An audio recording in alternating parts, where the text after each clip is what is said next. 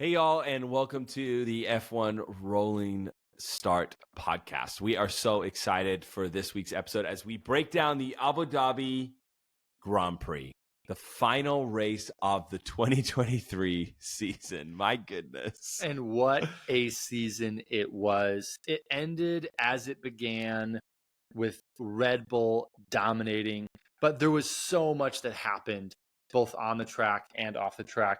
We saw Mercedes and Ferrari battling for second place until the last lap.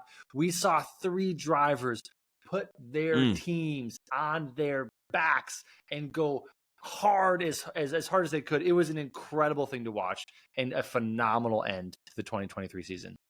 That's right. And as always, we have a packed full show of on the track and off the track content for you. We are going to go under the helmet and over the top as we do every week into the fastest sport in the world. I'm James. I'm Ben. Let's get rolling.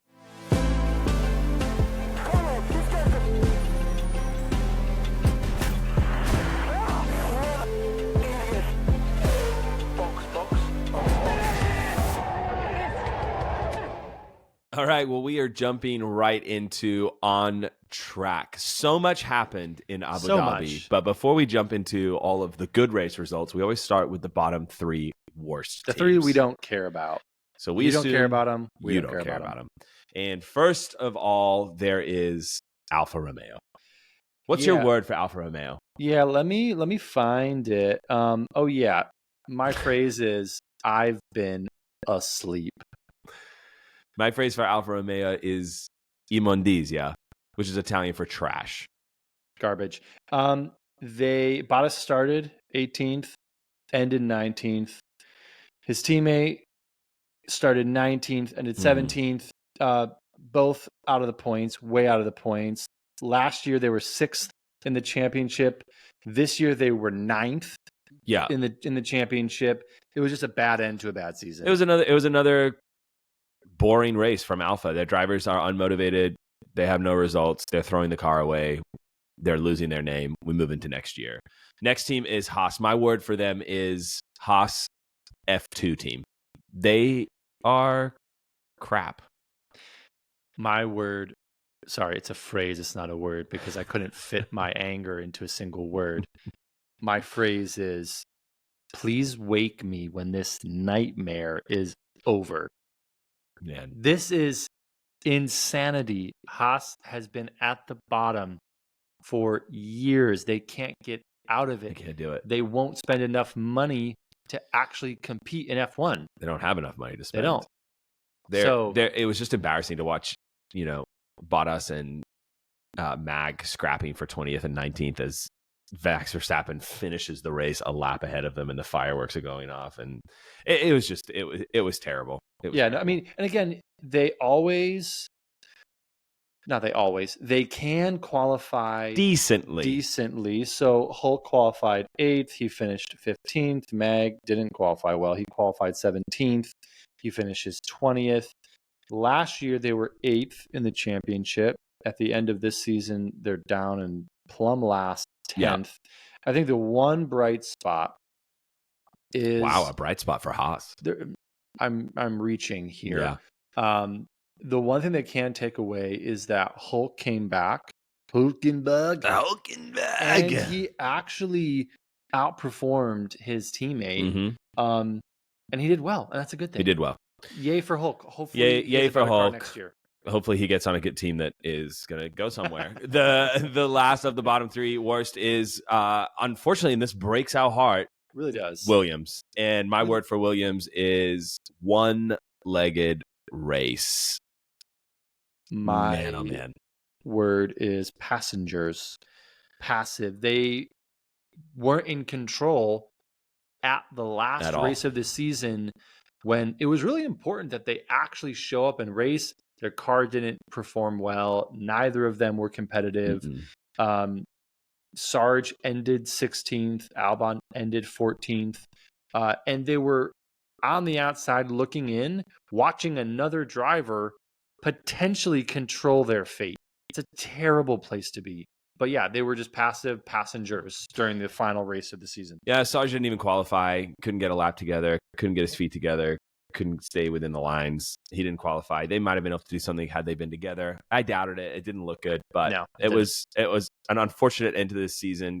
Thankfully, they were able to keep their place in the constructors. And that is our bottom three. The three we don't care about and the three that we assume you did not care about on Sunday. Before we jump into the rest of the grid, we wanted to take a moment and shout out the winner of our extremely expensive Buffalo Bill Vegas mugs. Oh, yeah. From the last episode. They were a couple bucks a piece. Yeah. Overpriced at that as well. Honestly, one of them was half of a mug. Yeah. They're incredible. Don't talk them down.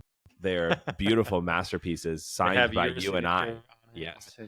And so those went out to Brian Gonzalez, a follower of the podcast and a friend, and we appreciate you, brother. We're going to send those out to you. And this week, we have brand new mugs for you to enter to win. Ben's is my favorite. It's also my wife's favorite. She wants to win this one, but I told her she's got to do it the right way. She's got to enter the contest as well. So we'll see. You got to sign up, Haley. We do. Yeah, yours is the Pipe Fitters Union. It's of Canadians, plumbers.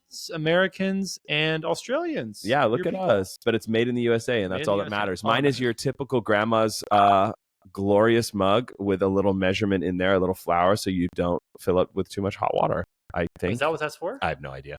But we're drinking our High West double rye out of this week. But these can be yours if you subscribe to our newsletter. Make sure you sign up to keep up to date on everything that's going on within F1. You can do that in the show notes. So let's jump into the rest of the grid. And bottom of the regular pack this week was Aston Martin. Stroll qualified 13th. He finished 10th. Yeah. Alonso qualified 7th. Finished 7th. Yeah. Not a bad weekend for Aston. Not a bad weekend. Again, perspective is always really important. Last year, Aston Martin finished 7th in the Constructors' Championship. This year, they finished 5th. Alonso finishes 4th in the Drivers' Championship. Again, this is with a car that was designed not even in their new factory, in their old factory. Yeah. Now, also, perspective and context is still important. At the beginning of the season, they were second. Correct. Right? We've talked about it on the podcast before. They were second. They were roaring. Came out swinging. Alonso was... We were crazy about Alonso. Alonso crazy. We all thought Alonso was going to have a P1 this year. Alonso fever. He thought he was going to win a race this season. Obviously, that didn't happen. But so they went from second. They Max had other thoughts. Max and Red Bull was like, "You're not going to. What are you talking about? Sit down, buddy." But anyway, so again, finishing 5th isn't what they wanted. It isn't what their season started as, but it's still nothing to snuff at. Actually, you know what? I wonder if it is probably what they wanted. I wonder if they started this year and they said, "Hey, we want to be better than 7th. We want to be 6th or 5th." And I bet they probably, if you had before the whole season started, if you said, "Hey, you guys are going to go from 7th to 5th this year. How do you feel about that?" They'd be like, "Great, we're going to take it. We're going to jump 2 people." Yeah. And so I think they did. So what happened in Abu Dhabi was a couple of things. Number one, I do agree with you. I think it's a moment of them kind of getting it at the beginning of the season, losing it midway through, but they pulled it together towards the end. Yeah. And the thing that stands out to me is that we gave Stroll a really hard time on this podcast, and he has, rightfully so, though. I agree, but he has pulled it together over the last few races. He has performed very well in his own right. Alonso brake checks Hamilton. I mean, brake checks. No, he brake checked him. If you are listening, I did the quote unquote brake checks. I mean, here's again, the Sky News team broke it down for what they actually think happened. So he's coming out of the pit lane. Sky. You love your Sky News. After being in Vegas and hearing whoever the heck was commentating, you can't help but just love the Sky Sports team. Anyway, so they're breaking it down. Alonso is coming back onto the track from the pit lane. He looks to his right. You can see his helmet move to his right, and he sees Hamilton in his review mirrors. Now, he's about to hit a part of the track where he doesn't necessarily want to be up ahead of Hamilton. He wants Hamilton to pass him because it's right before the long straight. Because he's a wily old fox. He's a wily old fox. He wants the DRS on Hamilton so that he can pass him at that on point. his fresh little Dudetti tires. On his fresh tires. Hamilton doesn't pass him. He thinks he's being brake checked. And the Sky team is like, no, he was just trying to be strategic. It was dangerous no matter how you slice it. It was very dangerous, but this is a dangerous sport. Here's the thing. People die in F1. Sorry, I don't mean to laugh, but just the way you just said. Yes, it's true. F1. People die in F1. People die in F2. I mean, on fire. And yeah, freaking, he emerged from the flames 2 minutes after. Like, what? Oh my gosh, yes. Okay, so here's my thing. They did it. It was kind of on the line. The thing that surprised me is that it did look like brake checking, and I'm surprised the stewards didn't come after him because of the 2021 drama with all of the brake checking that Max did to Hamilton. It was like one time. They started all of the brake checking. They started cracking down on that. So it was interesting to see, but they didn't get a penalty. Perez did, and we'll come to that later. True. But moving on from Aston, next up the field, surprise, was Alpine. Surprise. What I'm looking at this, and yeah, Aston actually I think did a little bit better than Alpine. Well, they did do better than Alpine. But Alpine is the next one up. Yeah, I mean Gasly starts 10th, finishes 13th. Ocon starts 12th. Shout out to Vegas announcers. Ocon. Who is Ocon? Ocon finishes 12th after he starts 12th. Mm-hmm. This I think, and I mentioned this earlier. This is, I think, just a microcosm of their whole season. Yeah. They've been stuck in 6th place for the last several races. There was no way they could get 5th place. There was no way they could be caught by Williams in 7th. And so you said it best. They could have shown up. They could have not showed up at all. They could have not shown up. And they would be in the exact same place in the several races and been totally fine. They could have saved money on all of the money that goes into every single race because they were just in no man's land. They had Ocon out there looking like he was, death warmed over. Oh, he was like so sick. So sick. And I'm like, bro, just give it to your reserve driver, bro. Yeah, seriously, just you're done. You're not going to get anything. Call it a season. You could have called it like 5 races ago. You would have kept your position. Gasly got some damaged. There was some drama. Gasly got pipped again by the team, or at least he felt like he did, where they prioritized Ocon over him. And Ocon, and here's the thing. Here's the question. They don't actually, I feel like, have like a senior driver, but Ocon's been there longer for sure. So, I mean, Gasly, and they're neck and neck in the constructor. So there's no way to really slice where you're coming from in the sense of like, oh, well, they're further ahead, so we're going to prioritize them. And there probably is some inter-team there's like stuff. 4 points that separate them. Gasly's 4 points ahead of. And so, they kind of finished the race in no man's land like they have this whole season. They've been best of the rest and not quite with the best. Yeah, I mean, I don't even know. They're just mediocre. Yeah, at this point. And they've got a lot of new money, which is exciting. They got that money, cash money. The Hollywood investors who have come in, and maybe we'll see that money show up on track next year. I hope so. I really do. I think the only thing that I really took from Abu Dhabi is, as a Lewis Hamilton fan, I felt like he was either behind or in front of or passing an Alpine the entire race for whatever it is, the way that all of their pit stops worked out. He must have thought there were 20 Alpines on the track, dude. Literally, it was crazy. His worst nightmare, just be racing Alpines. Yes, literally, just racing Alpines. Hang on a second. Think about this for a second. You're Lewis freaking Hamilton. Exactly. You're the winningest F1 driver, and your race is with the Alpines. Bro, it's depressing. What a depressing alternate reality of sadness. That's how his season concludes. Yes, you went from being the dominant to now you're scrapping with Renault. So enjoy that, Hamilton. Enjoy that for your last race of the year. Oh my gosh. We'll get to that. Sand in the eye. But Alpine did what Alpine did. They finished. They got some points. Or actually, I don't think they did. They did not get any points. No, they did. Yeah, 13th they didn't get any and points. 12th. But it didn't matter. And so, like their whole season, pretty much didn't matter. So we'll see what happens next year. I think, hopefully they take a step forward. McLaren. Yeah, to say that I've been impressed by this team would be an understatement. They really have shown the rest of the F1 world how you can change your fortunes mid-season. Correct. Which we love. Which we love. That's what we love it. The Drive to Survive producers are loving it. My God. Here's a team, starts with the slowest car in the field. Yeah. Literally, they're at the back of the pack, and you're looking at this team and you're saying, okay, hang on a second. You just ditched Danny Rick for this rookie who's still untested. Unproved. We've heard things about Piastri. We don't know if he's as good as he was Danny great Rick. in all of the junior series, but so was Nick DeVries. So was Logan. Yeah, so was Logs. And so, it's was a risk, 21st. no matter how you cut it. It was a risk. It wasn't looking great for Zach Brown, and I'm like, okay, bro, hang on a second. You're all talk. I was nervous. Clearly. I'm a McLaren fan.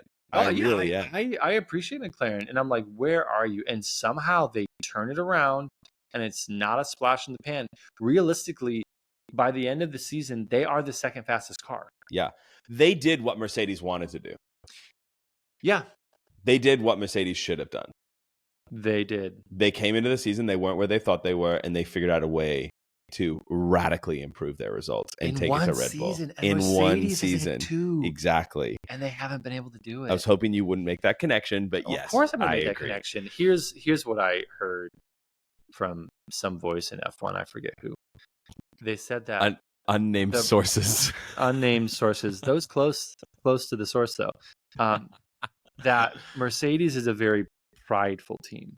Yeah. As one would be if you won constructors 8 years in a row. Bro, and also you have Michelle Obama, you have the Prince of England, you have all of these Mercedes. different royalties coming through your they have Rihanna at Ferrari, and they're not going to have us anytime soon.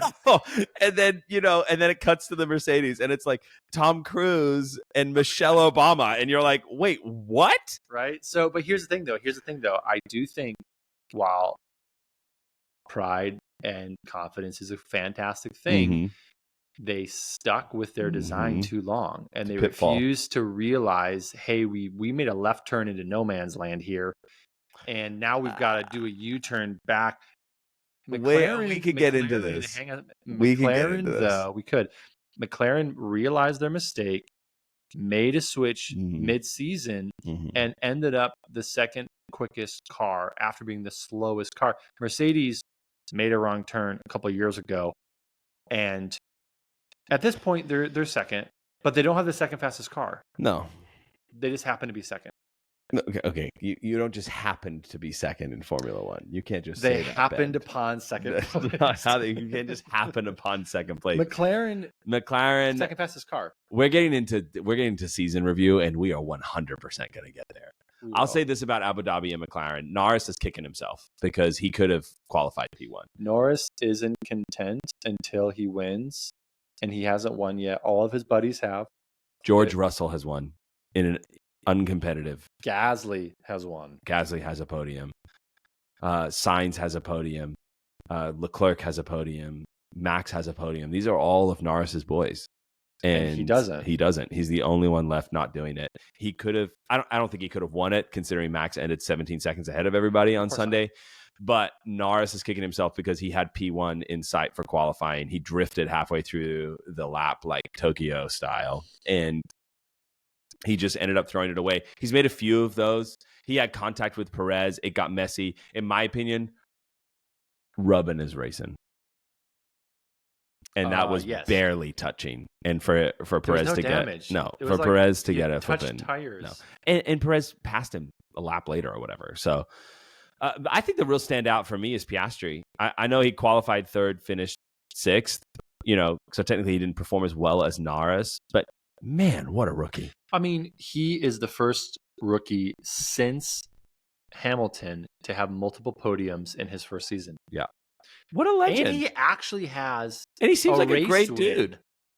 It's a sprint win. It's a sprint win. He was the But he only one still that, won. yeah, 100%.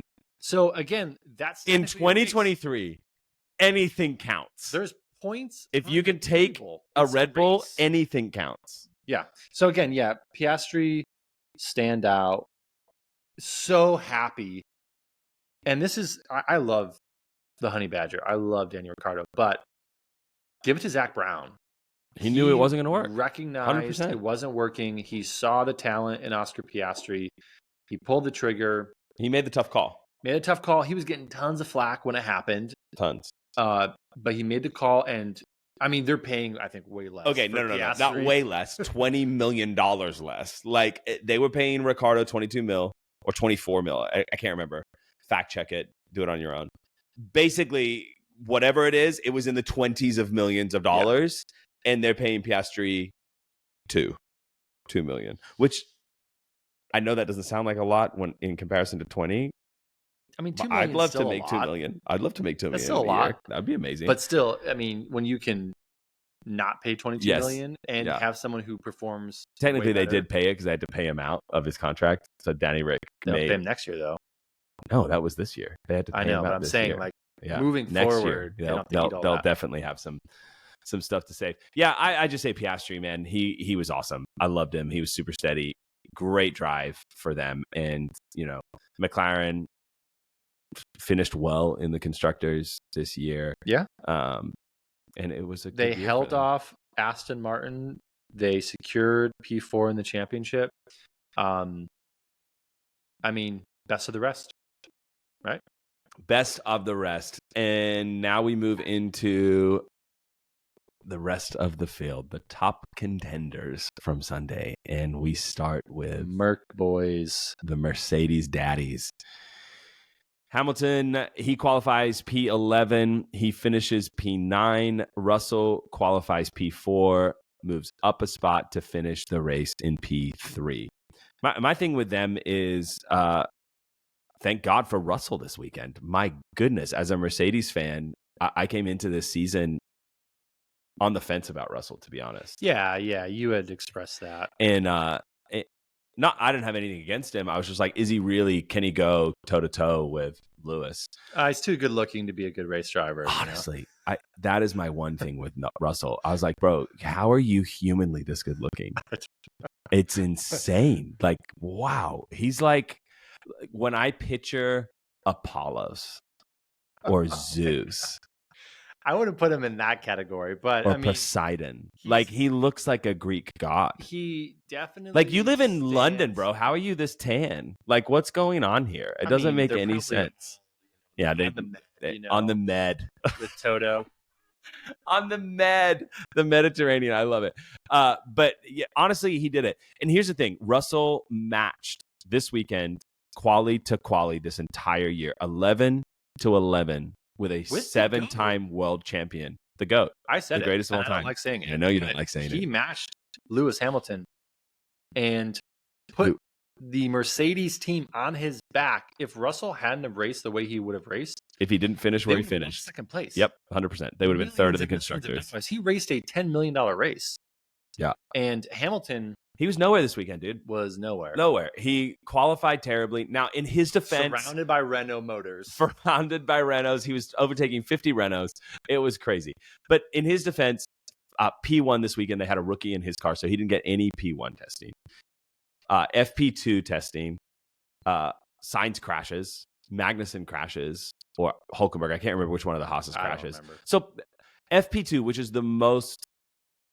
relevant to the race weekend practice session, he gets 9 minutes of racing or something. Like, he gets nothing. He gets nothing. So he's going into FP3 the last time, which is irrelevant essentially because it's in the middle of the hot day. It's like 109 degrees.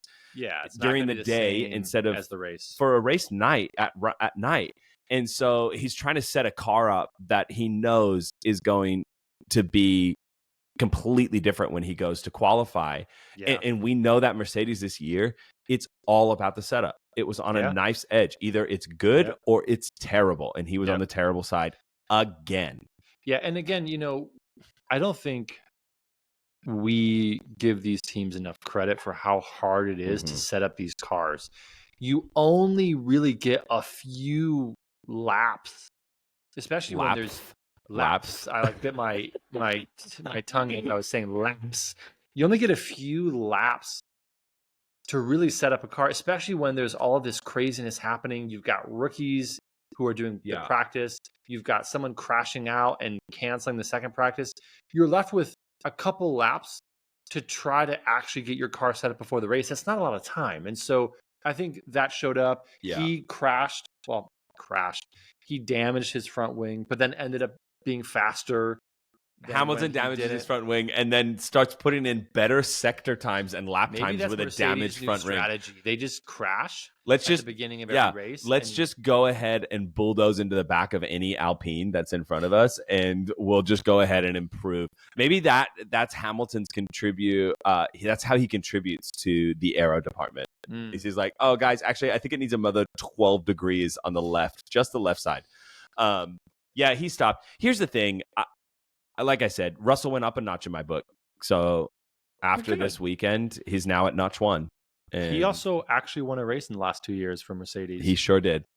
And I think that was his first race win ever was with Mercedes. And I'll say this, he's still maturing in his driving craft.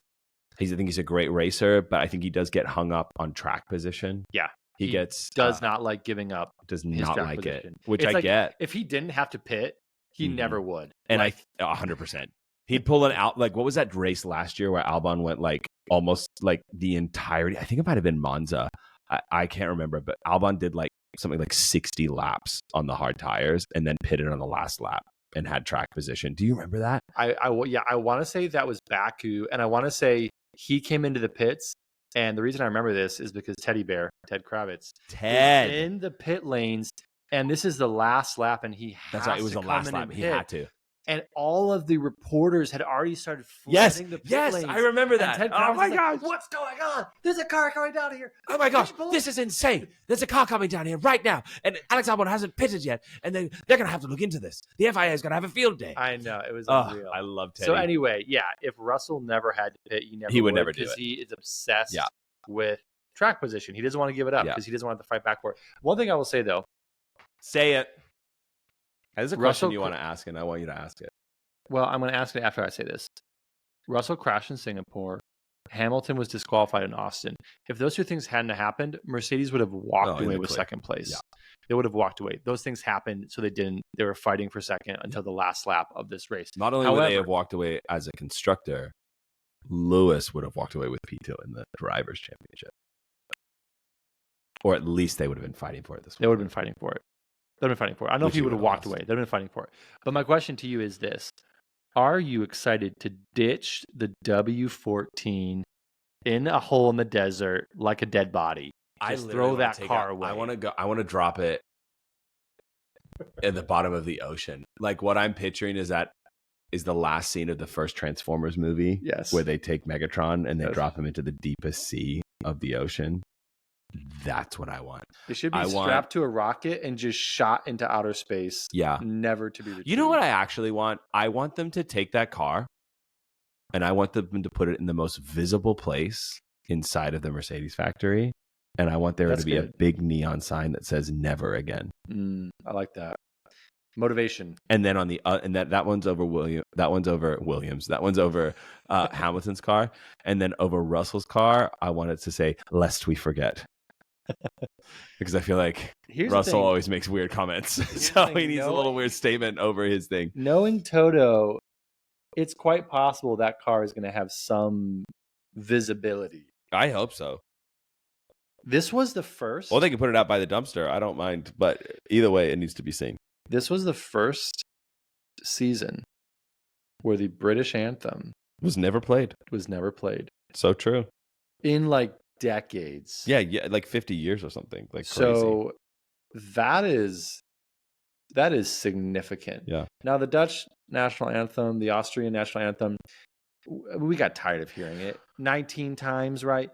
It became my ringtone. But anyway, Mercedes, I hope. Also, a word to the Dutch national anthem. Like, can we somehow figure out how to make it a little less depressing? Like, it is I don't so even know what the words depressing. are. I should probably Who look cares them what the up. words are? The music that they play.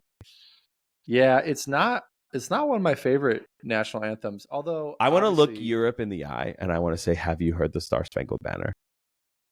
all of the European commentators in Vegas, when we went back and actually watched the race over the TV, were just in love with the Yeah. national anthem. They're like, "Oh my 100%. god, it was just It's so powerful. incredible and powerful." It's I like, want like that. because we're Americans. Yes, That's why it's great. exactly. 100%.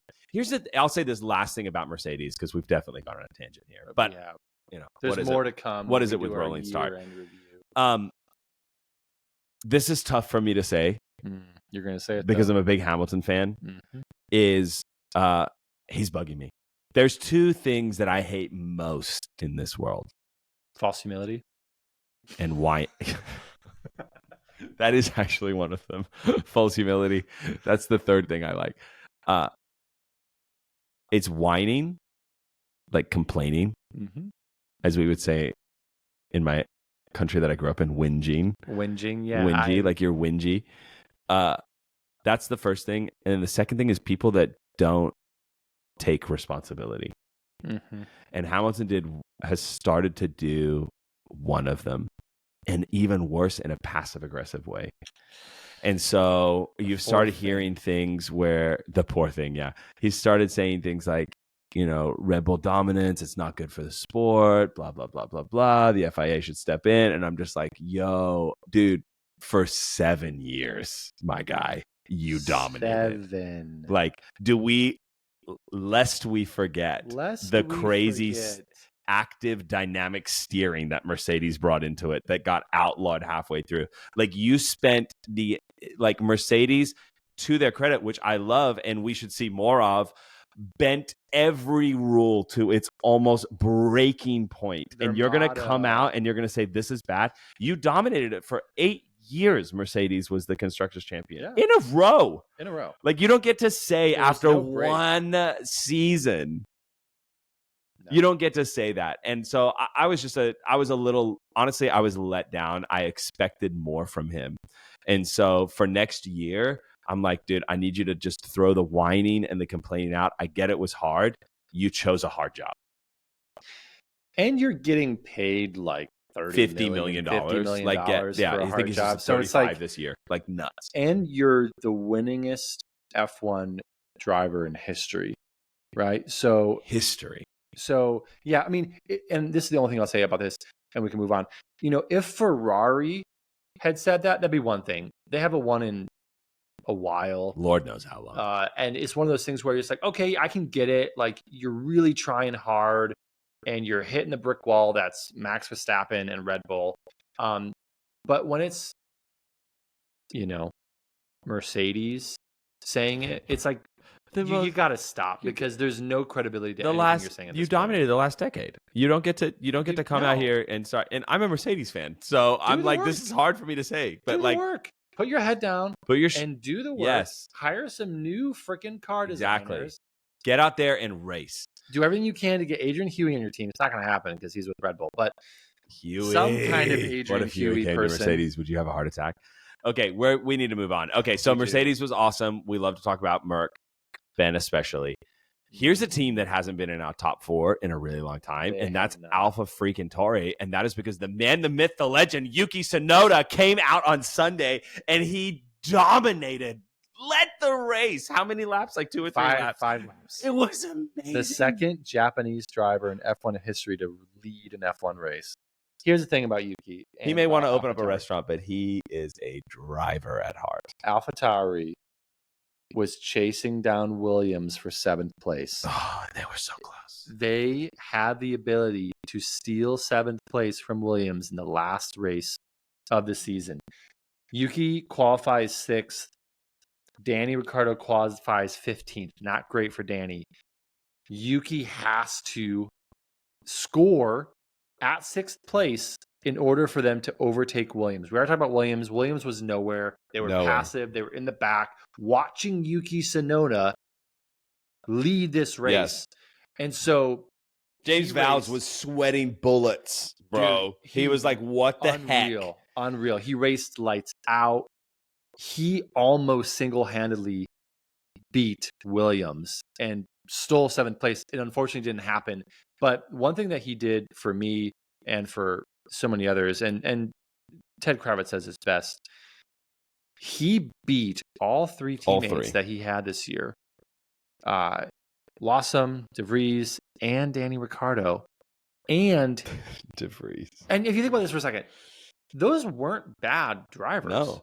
Everyone thought DeVries was going to come in and dominate him. DeVries thought he was going to come in and dominate. And DeVries did. DeVries did. Got woke up by F1 and was like, wait, I can't compete. DeVries like, did you see what I did? I'm friends with Max Verstappen. Like, I came in with Williams. I won a race. I couldn't lift my arms after, but I got points, first points. And Yuki's like, okay. And Yuki just drives, and he drives well. He drove the pants off that car on Sunday. Like, he outdrove that car to qualify P6. He outdrove it to maintain where he was in the race. Daniel Ricciardo is an 8-time race winner. Yes. An 8-time race winner. Qualified P15, finished P11. So he came up through the field. Yuki qualified P6, dropped down to P8, which is probably right around where AlphaTauri should have been on Sunday. And had Danny actually pulled it out and qualified like maybe P10 or P11, he might have been in the points. Yeah, they would have actually. They could have actually taken over Williams. Williams was nowhere on Sunday. They had an opportunity, but man, Yuki really stood out. So he won driver of the day, and 100% he was driver of the day. Yeah. And again, we've talked about Yuki on this podcast in previous episodes. Rightfully so. I mean, in Mexico, he cost his team millions of dollars because he lost his cool, he got emotional, and he crashed out. Doing something stupid. Doing something that he shouldn't have done. So, like, there's these moments where he races emotionally, and that has a negative impact on his race and on his team. It's incredible to see drivers redeem themselves. Yes. And this was a race where Yuki did that. I agree. Again, he deserves a lot more respect than he's gotten. And he's going to be around. Like, if he keeps performing this way, he's got a seat for next year. I think he's got a seat the next year after that if he continues to perform this way. Yuki just solidified his seat. He said, great, give me 3 different drivers. I'm going to outscore every single one of them. And he did. Beat them all. Yeah. DeVries, everyone thought DeVries was going to beat Yuki. Everyone thought Yuki was a placeholder until they could figure out somebody else to be in the team. Yep. Lawson comes in, guys, killer, points. Does incredible, scores points. Yuki still outscores him. Yep. Ricciardo, 8-time race winner, comes in. Yuki still outscores him. Yuki is going into next season having the time of his life. He is solidified. He is going to be on Racing Bulls or whatever they end up calling it next year. Oh, yeah. It's changing the name. Racing Bulls? Yeah, Racing Bulls. I know. I don't know how I feel about that. I know exactly how. About Raging Bulls? I know exactly how I feel about Racing Bulls. Yeah, that doesn't. Lame. But anyway, AlphaTauri, great job. And then. Yeah, well done. But my goodness, the last 2 teams, Ferrari and Red Bull. Ferrari. Charles Leclerc. I wish. I don't know what the Monegassian accent is, but Charles Leclerc is how I'm going to say it. He deserves a championship. He does. And I want him to be. I want him to be a. I don't say that lightly because I love Max, but I have felt for him the last couple seasons. You felt for him again. The last 4. Well, yeah, but you felt for him again as he is single-handedly. Again, putting Ferrari on his back, putting the team before himself and saying, I think there's a way for us to take 2nd place in the constructors. I'm going to try to do everything I can to make that happen. He starts 2nd. He ends 2nd. His teammate Sainz starts 16th. DNFs actually quietly just doesn't finish the race. First of all, it wasn't quietly. Sainz has never done anything quietly in his entire freaking life. Anyway. Yes, Sainz. We'll get to you in a second. But no, I mean, I think Charles just demonstrated his racecraft. 100%. Demonstrate that he can think and drive at the same time, which you can't say about every single driver out there. Nope. You see Alonso doing that a lot, right? Yeah. Where he's able to, like, think critically, analyze things as he's going 200 miles an hour. And you start to see that with Charles as well, specifically in the last couple laps as he's trying to. Max does it as well. Lewis does it as well. The top guys do. The greats do it. And then there's people like Yuki who, after the race, they were like, "How did you feel leading 5 laps?" And he was like, "I was leading 5 laps." I know, right? I have no idea. But yeah, it's legendary stuff that we were looking at. I was really impressed with Charles on Sunday. Yeah. He was, trying to basically bring Checo in front so that he could back Russell up enough with a 5-second penalty so that he would get 4th. It didn't work out because Mercedes is awesome. And but honestly, Russell raced well. So. Yeah, Russell raced well. I think they should have. Charles deserved to win this year. He deserved something. He didn't earn it. More so than Sainz? Sainz is your boy. Sainz is not my boy. Should we talk about Sainz? Sure. Okay. We're talking about Ferrari. So here's the thing. Sainz qualifies P16. The story starts in qualifying. Yeah, it does. Because my guy comes out talking about how everyone in the traffic, they're all against him, and they were being strategic to hold him up. First of all, there was no one around you. Yeah.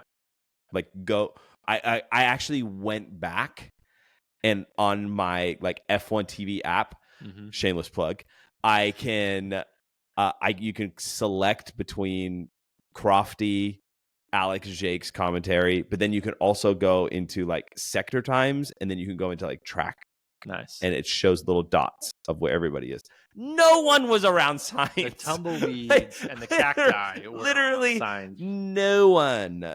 Not a single problem. There were as many people around Sainz as there were mail-in ballots around Trump. And so there was no one. And so I'm like, dude, and then he's just complaining. So the thing to me is that Daniel Ricciardo is in an interview. Yes. And he catches the honey wind. badger. The honey badger. Number one, the biggest smile on the grid.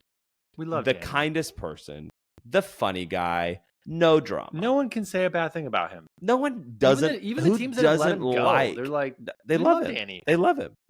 And he basically hears about Sainz, and he all but says, well, Sainz is known for this. That's the pot calling the kettle black. This is what he does. This is what Sainz does. You get what you give. You reap what you sow. And so quite biblical of you, Dan. Hey, very. And so Danny basically, and then he starts backpedaling because he's like, oh man, I'm talking smack and I'm not supposed to talk smack. But the idea is that he just whined.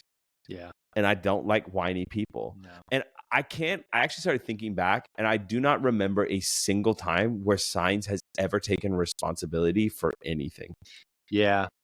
Yeah, no, there's it's always somebody else's fault. Yeah, there's certain drivers who definitely take responsibility. And even though we were talking about Hamilton, in moments where he realizes he made a mistake, he will put his hand up and say, hey, that was on me.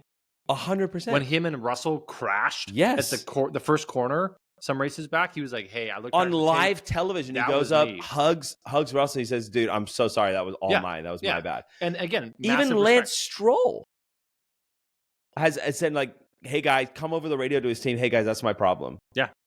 Yeah. I don't have a memory of Sainz doing that. I could be wrong. Fact check send us something if you know where Sainz has taken responsibility for something. I'm sure he's a fine dude. He's fine. I just don't like the fact that it's always somebody else's problem. It's always somebody else's fault. I just don't like that. I don't like that kind of culture. Yeah, it's not great. And also, he didn't contribute anything to his team in the most critical race of the season as they're trying to take second place. He was nowhere, and it was his fault. Yeah, it was his fault. It's because he did not qualify well. The reality is, no matter how you cut it, even if other drivers do it, Daniel Ricciardo said it, we all know when someone's coming behind us, if we take a corner a certain way, we can destabilize the air so that when they come through, it's going to mess it up. But Max still qualifies well. Yeah. Lando still qualifies well. They do. All the people do it. Sainz can qualify, but he doesn't. And so Ferrari loses the weekend. Charles is trying to let Checo ahead to get a 5-second just to barely scrape the team by. Like it was a sad weekend. Not a huge fan at the moment. Prove me wrong. I'm super important, so you should feel really motivated to prove me wrong, Carlos. One thing. Also, your lips are really large, but that's something else. That is something else. One thing that I did think was interesting is that the team boss of Ferrari said in a after-race interview that they need to brush up on the operations side for next year. Essentially, translated the Who said that? Freddie Vasseur? The strategy side, they need to brush up on that next year. Well, their strategy department is their drivers. I know. It's terrible. AKA, someone's getting fired. They fire their whole strategic team. In Singapore, it was Sainz strategy. Yes. And then the pit wall comes back and goes, okay. That was the other thing that irritated me is that they're handicapped. Their drivers are actually Sainz for all of his issues. He's great. Yeah. And it's just personality stuff, which doesn't really matter at the end of the day in Formula One. Like drive the pants off the car and you can have whatever personality you want, i.e. Max. And so like, who cares? He's flipping incredible. Yeah. But Ferrari, like Charles was the one calling out the strategy while he's holding on to this P2 position. And so, and then the Ferrari wall comes on and goes, okay, we will let you know. We'll come back to you. And you're like, bro, how did you not think of this? This is your actual job. Strategy cost them the championship. Strategy cost them P2 this year. And P2 this year. So interested to see what brush up on the operations side translates as next year. But Ferrari. Yeah, that's concerning words coming from your boss. Oh yeah. And then we end, of course, like we have 21 out of the 22 races this year. Red Bull. The year dominance of the Bull. Oh my goodness. Nothing How do you feel as a Red Bull fan? Kind of like it can't get any better. It won't. And so it like mathematically can't. It mathematically can't. You could still there could be. I will not be surprised if you guys win the championship next year. Oh, they're going to win the championship next year. I said I will not be surprised. I didn't say they will win all but one race next year. I don't think that's going to happen. I don't think they're going to go lights out and win every single race next year. Lights out and away we go. So anyway, Red Bull, of course, Max starts first, ends first. Checo starts ninth. He doesn't just end first. He ends 17 seconds ahead. Which is also why Hamilton was so depressed. In a post-race interview, he says, they haven't developed this car since August, and they still finished 17 seconds ahead. McLaren has developed that car 4 times. It was AlphaTauri's 6th floor on the car. Red Bull hasn't touched it, nor has Williams. Why would you? Williams does. Those are opposite ends of the spectrum. Williams can't afford to develop their car anymore because they need to focus on next year because they had no money. Red Bull is like, we're too fast. You can't even catch us. It's probably a dare or a bet. They're like, hey, what if we just stop developing the car halfway through? Let's put bets and see if we actually stay this far ahead. Well, they knew that they had it. It was in the bag. They cinched it. Yeah, so why spend the money on developing your car this year? Well, and they had their wind tunnel handicap as well, so they needed to be wise about where they were investing and what they were using it on. I mean, they crushed it. Literally were penalized for going over the cost cap last year, and they just were so strategic with what they put in the wind tunnel that it didn't even matter. Yeah. Literally Max, most wins, 19 wins, most podiums, 21 podiums, most points, 575. He led 1,000 laps. Over 1,000. These are all in the record book. Yes.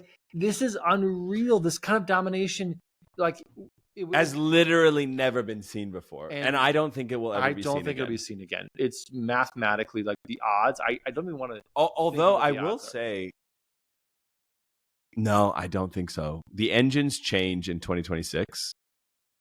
They go with Ford in 2026. That's wild to me. That's scary to me. Yeah, You're gonna I'm go scared. Ford? I'm scared for you. I'm scared for you because apparently whatever Mercedes showed McLaren inspired them enough to sign on till 2030. So you have fun with Ford. I'm gonna hang out with a different constructor. Do you want a Mustang or do you want like an AMG Mercedes? What's the Anyway, enjoy. I'm just gonna stay on my happy thoughts. Let's stay on Abu Dhabi. Checo, my boy, finishes third, gets a 5-second penalty, drops, so he finishes fourth. The penalty comes because he went deep on the inside of. That sounds intense. He went deep inside on Lando and ended up, locking his tire, had to readjust, and so his front tire. He went bumper boats on Lando essentially, and Lando's front tire touched. There was some touching. He gets a 5-second penalty. Here's my thing. Number one, I'm biased because I like Checo. Yeah. The other thing is this. I don't think I love Lando. Lando's my second favorite driver. I do not think in any way, shape, or form he should have got a 5-second penalty. Interesting. Explain that. I really don't. And I know now saying that means that if he didn't get it, then I wouldn't also be second in the constructors. True. So I get the totality of what I'm saying. Here's why. One of the people that commented, we made a funny video on our Instagram account. Shameless plug. Follow us at F1 Rolling Start. And one of the people said rubbing is racing, which is a term.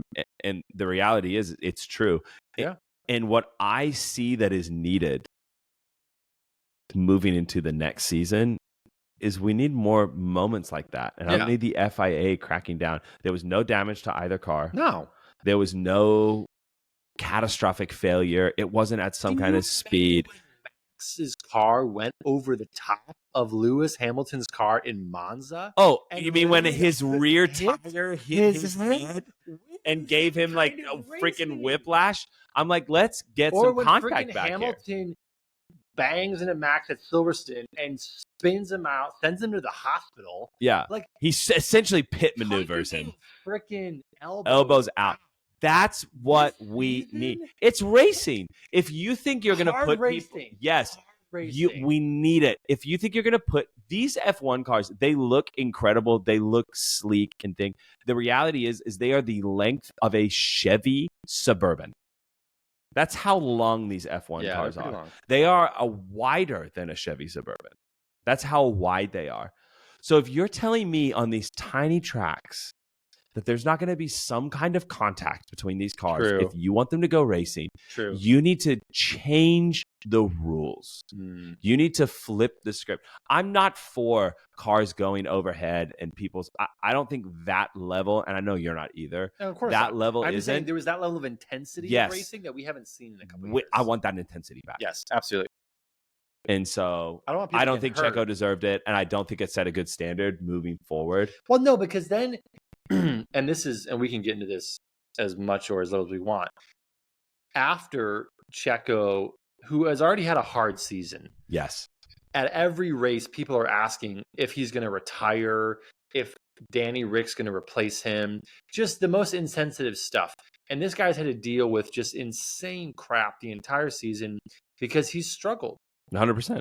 The RB19 and him weren't friends. No. He got a couple first places over the entire year, but he made the best designed car potentially in F1 history look like it was a Renault. Right? So no, I'm serious. He did. So that's savage. But seriously though, I love it. He made it look. It's so true. And so he's getting all this slack. It's the last race. Yep. He's fighting for a podium. He gets a 5-second penalty. He bumps down out of the podium places, and he criticizes the all-knowing, all-seeing gods of the FIA universe, the stewards, and says, "Hey, they got it wrong. They're a joke." He expresses frustration. They're a joke. Now, coming from America, when in baseball someone gets called out and they don't believe they get called out, they say some sweet words to the umpire. Oh my gosh. In football, 100%. It's the 100%. same thing. In basketball. And Name the sport. name the sport, the sportsman. In American sports, an umpire, a ref, they're lucky not to get punched. Oh, absolutely. There's been moments where I they've been know. physically assaulted. Now, again, Or pushed or shoved. And that's not what we're looking that's for. what we're looking for. It's the idea that you can disagree. What we're looking for is the idea that in the emotion of a moment when a driver is talking over a radio to his engineer and says something that is not meant to be publicized across the world, but it is because the FIA allowed it so that the racing will be better. He's not talking to them. He's expressing frustration to his teammate in a conversation because he's pissed. And the FIA calls him in and says, this is against the regulations. You are not allowed to criticize the FIA. That's something that is immensely frustrating. It's stupid. It's stupid. It doesn't make any sense. In this sport, there has to, and Alonso called this out. This was last year when he was racing and him and Hamilton made contact. Yep. And he had a comment about Hamilton because Hamilton like bumped his tire and went over the top of him. This was in, I want to say it was in Belgium. And Alonso was like, listen, I didn't make that comment in public. It was over the radio. To my team. I was frustrated. Like, back off. And it was one of these things where it's like, yeah, sports players are allowed to say things to their teammates when they're frustrated. Yeah, 100%. We've jumped from race review into off track, and I want to dive into this because let's go for it. Red Bull was awesome. They finished all right. The Abu Dhabi race was incredible. But yeah, there was some things that happened off track after the race and leading up to the race that we want to talk about. And one of those was this Checo reprimand he got from the stewards. Yeah. I 100% agree with you. I think the fact that he can get in trouble for calling the stewards a joke after he just missed a podium. He was talking to his race engineer. Yep. So, and I agree with you. This is something that the FIA and Formula One have allowed to like be broadcasted to the world. And now, they have the option to beep out. Exactly. And they do. We never get a radio message where it's always Max going, what the happened? Yep. Like it's beeped out. There's the asterisk. Yep. So you chose to put that on there, or someone on the broadcast chose to put it on there. And now Checo's paying the price. Because originally that radio was for him to talk to his engineer, and that's the original purpose for this, is for him to be able to race better. And so now he calls them a joke. Oh man, this is you're going in. Go. Okay. So the FIA comes out with they go, okay, Article 12.14 of 15 says you cannot speak badly about the FIA. And the FIA is the governing body, and you cannot speak badly about them. And they just start going. I took a drink right there, and I had to like hold it yeah, but you know what I mean? And it's just like, and so then you have this F1 driver and his team principal going and groveling in front of these stewards and going, I'm so sorry. It was the heat of the moment. Please forgive me. Also, hang a second, though. It's not Checo's fault that message was broadcasted. The people who should be called in front of the FIA are the ones who said, hey, this is juicy. Let's broadcast this. Let's broadcast this juicy Lucy out there. Exactly. I'm 100% with you. And so here's the thing that makes me pissed is that, and this is probably the American coming out of me. Probably. You don't get to do that. You don't get to have a rule that says I can't talk smack about you. Yeah, this is sports. This is America, baby. I mean, it's not American sports, but it is America. You've given us three races. We're encroaching. We're putting a track in Missouri, and you're gonna race there. No, but in all places, we're gonna go up and over the loop, and it's, you know what I mean. Like, this is America, dude. This is why we had the Boston Tea Party. Why we just said, screw you Europeans. We're done with this way of thinking. I'm a Mayflower because of this. Absolutely. Here's the thing about Americans. I love that we just say, this is ours now. Do you know what NASCAR drivers say? I can only imagine what NASCAR drivers say. Exactly. I don't want to hear what NASCAR drivers And are they saying. can. And here's the thing. If you're going to be in a sport like this, people need to be able to speak about what is important. Yeah. And what I dislike about the governing body of this sport is that when things happen that are out of their control, they just start putting a bunch of rules in place to try to keep everything. Rules. We don't need any more rules. We don't need any of that. It hasn't made for better racing. It hasn't made for things. I'm all about safety. Please don't take that from this. I'm all about those kind of things. But when it comes to like, don't say racist things. Don't say like 100% things over the radio. Obviously, those are things. Even if you want to say, "Hey, listen," like I think Toto and one of the other team bosses got pulled into the FIA for using language. Yeah, using language in one of the press conferences. Look, those kind of things. Okay, I guess it's a press conference. It's public. Like, but this is the thing about it as well. Sport is sport. When a teammate is expressing frustration to his team because it is a high stakes moment and he just lost out, that is something that cannot and should not be censored. Period. It shouldn't be censored. No. And if you are a steward and if you're the FIA and you can't handle when a driver says they're a joke in the heat of a moment, then I'm sorry, you should find a different job. Yeah. Because get out of the FIA. Like, I'm sorry, what is this, like middle school playground? They called me a joke. Mom. It was like, it was so irritating for him to have to go, a grown man to have to go, hey, I'm sorry for saying that you're a joke. When you actually are. You heard it here. So first. Anyway, that's the Checo thing. I'm on Checo's side for this. I don't think he shouldn't have got that, and I understand that means that Mercedes also wouldn't be P2, but I'd be okay with it. Strong words for you to say that too. You know, I know. But it's a thing. So another thing that happened this off track was that there was a little drama between Horndog and Hammy. I appreciate some drama between Red Bull and Mercedes.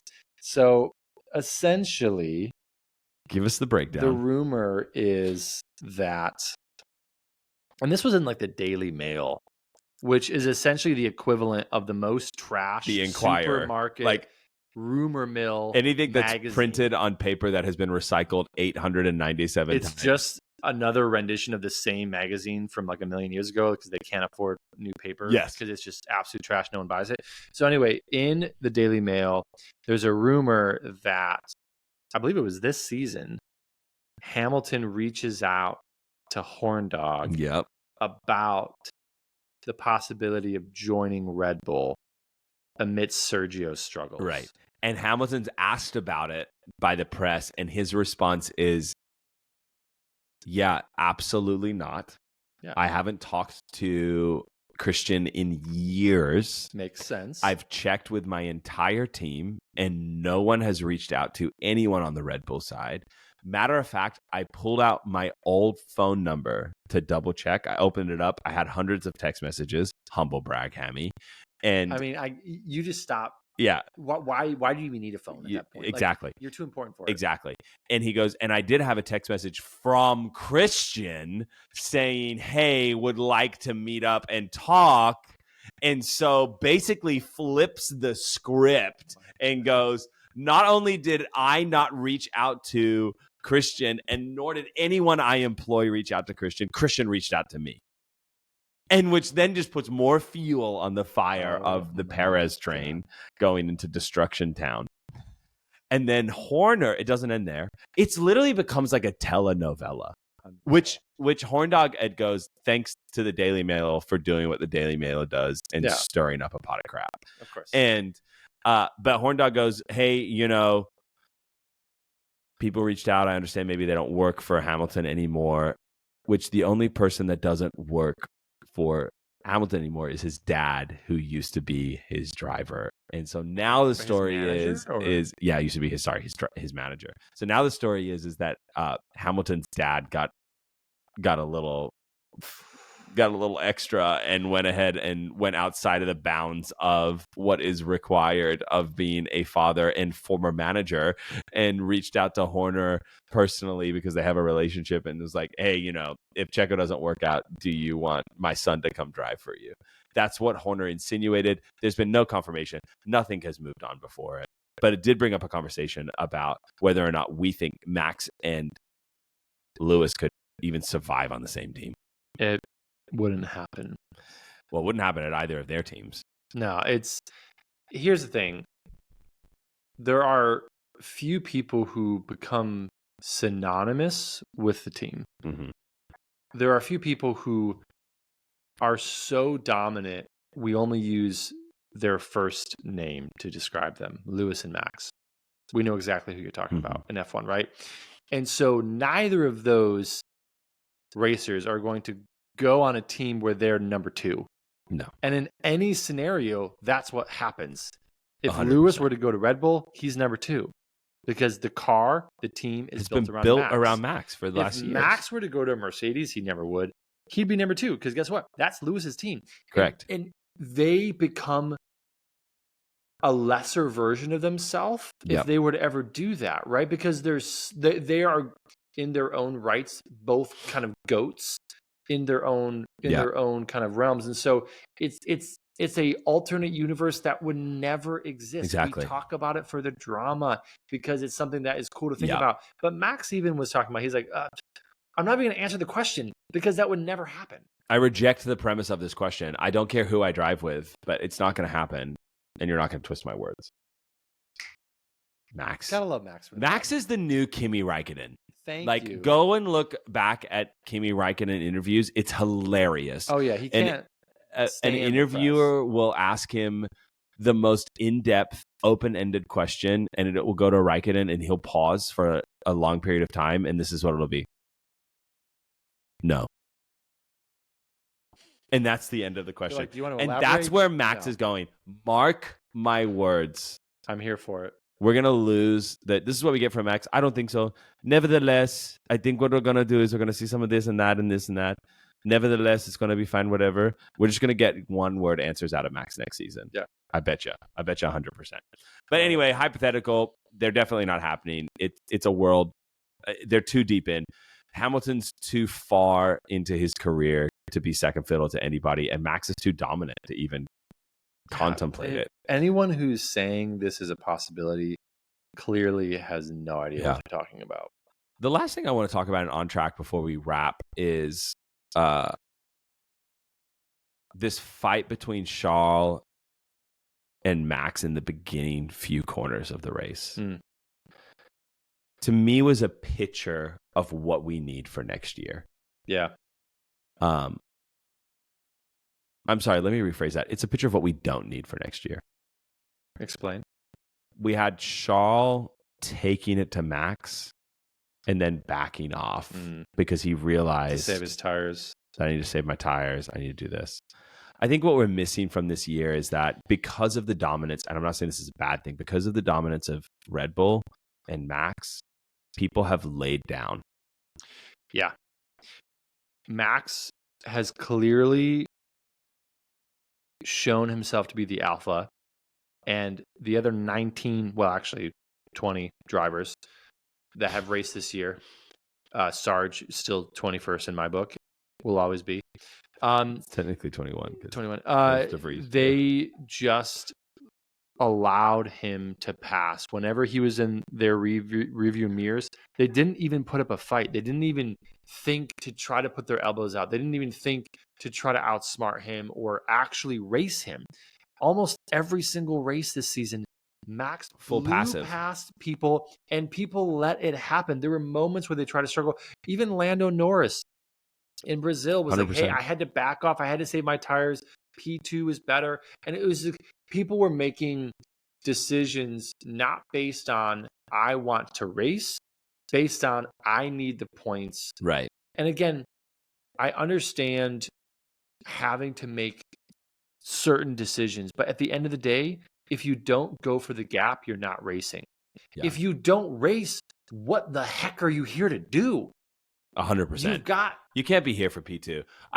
go for the race. Go for the race. Rubbin is racing. I want elbows out next year. I want drivers going for it. Absolutely. If the roles were reversed and Charles Leclerc had qualified P1 and it was Max going corner to corner with him, you bet your bottom dollar Max would have been on the brakes later, bleeding it out, playing mind games with them, pushing it all the way to the limits. And that's what I hate to say it. I want to see more Max Verstappen aggressive drivers. Not Max Verstappen this year where he's gotten it. Max Verstappen last year, 2022, 2021, Max Verstappen, Lewis Hamilton style driving where it's like, no. We are going for this. I want to see what we saw from Alonso coming around twice on the last lap and pipping somebody for a podium. I want to see that through the entire field. And so next year, for me, I'm like, people need to get aggressive again. We need to put this year, it was Red Bull was dominant. I need everyone to come out, put their teeth back in, grab their dentures from beside their table and get ready to race again. And I want to see F1 hard racing again. Yes. Let's hashtag make F1 aggressive. I just want to see, that was the only downside. To the Red Bull dominance was that I felt like it really did take people's teeth out. But again, here's the thing. Max, even when he locked it, was still aggressive. Right? Even when he had the championship in the bag, was still racing lights out, was still going racing. 100%. And that's what ultimately needs to happen with the rest of the field is go racing. 100%. You've got the car, go racing. You might not have the pace, at least put up a fight. So anyway, I'm 100% with you. To see that, a lot of stuff happened on and off the track this last weekend. And normally we go into why F1, but because it was the end of the season, we wanted to do something a little bit different and expand upon what was one of the greatest seasons, if not the greatest season of F1 of all time. Records across the entire board. Now, here's the thing. Everyone else is slowing down. The F1 Rolling Start podcast is just getting started. You haven't even seen anything yet. We have so much more content coming. We have team breakdowns. We have interviews coming up this season as well. So many things that are going to be coming straight into this podcast. We're excited to continue this. It's 93 days as we are recording this to the next F1 race. And I don't know about you, but I can't wait that long to talk about F1. We can't take a break. We're going to keep going. There's so much to talk about. And so we're excited to continue having episodes every single week as we're looking at the season as a whole. We're breaking down teams' performances over the entire season. We're going in depth. That's all going to be happening every single week from here all the way until we go lights out again. Thanks for joining us this week. Don't forget, if you want this glorious mug, you've got to sign up. The link is in the show notes. Make sure you subscribe to the YouTube channel or Spotify or wherever you're listening to this. Absolutely. And support us as we continue to discover our love of the F1 sport. As always, thank you, and we will see you next week. Cheers, folks.